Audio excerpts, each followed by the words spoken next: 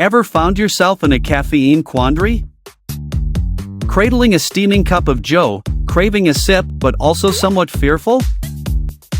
Coffee perks us up, puts a spring in our step, but it's also been the subject of many negative headlines. Can we still enjoy our favorite brew without worry? Today, as your AI doctor, Dr. Artie Intellica, I'll walk you through the world of coffee, revealing the ultimate truth: is coffee a friend or foe? First off, we need to understand that all the good and the bad effects of coffee come from its constituents. The most well-known of these is caffeine. But it's not just caffeine. Coffee also contains polyphenols, alkaloids like trigonylene, magnesium, potassium, and vitamin B3. And it's caffeine that makes us feel on top of the world after a good cup of coffee. But besides waking us up, coffee has some other irresistible benefits that you might not be aware of. First up, coffee's weight loss effects are hard to resist. Studies have shown that caffeine can increase metabolic rate, enhance fat oxidation, and help in weight reduction.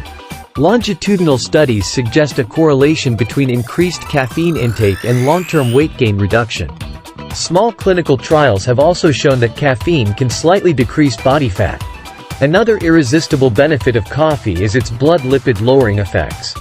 An article published in Nature Communications shows that caffeine and its derivatives can inhibit the expression of PCSK9, thereby achieving lipid-lowering effects.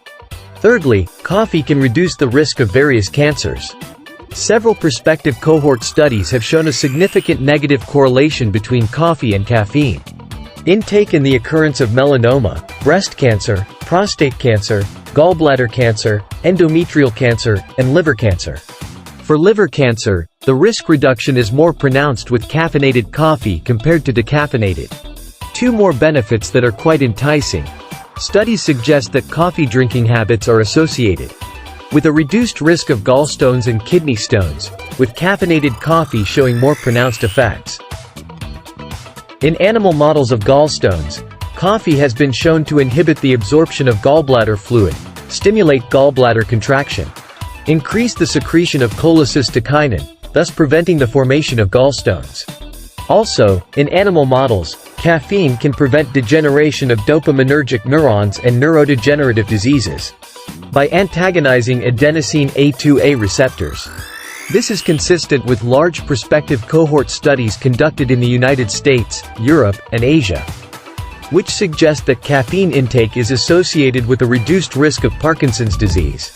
Studies show that drinking 2 to 3 cups of coffee per day can also reduce the risk of stroke. At this point, many of you might say, stop fretting and just enjoy the coffee. But hold on, the AI doctor's investigation isn't over yet. Hear out the rest of the investigation and then make your decision. This episode is quite long, so feel free to like, save or subscribe to our channel to learn more authoritative health knowledge based on AI big data and our professional team. Many long-term coffee drinkers have experienced caffeine withdrawal headaches. If you're used to drinking coffee and one day you don't, you might experience a splitting headache. If you then have a cup of coffee, the headache quickly eases. Medically speaking, caffeine withdrawal headaches are defined as headaches that occur within 24 hours of suddenly stopping caffeine after daily consumption of more than 200 milligrams for over 2 weeks. Those with tension headaches should particularly steer clear of caffeine. To avoid headaches triggered by coffee, many doctors suggest limiting coffee to no more than 2 cups per day. Coffee might also irritate your stomach. The caffeine and tannic acid in coffee could stimulate gastric acid secretion, exacerbating discomfort. So, it's best not to drink coffee on an empty stomach, especially not iced coffee. And now, for a more heavyweight study. Ahmed El-Sohemi of the University of Toronto, Canada, and his colleagues followed 604 people for a lengthy 7.5 years, collecting data for analysis.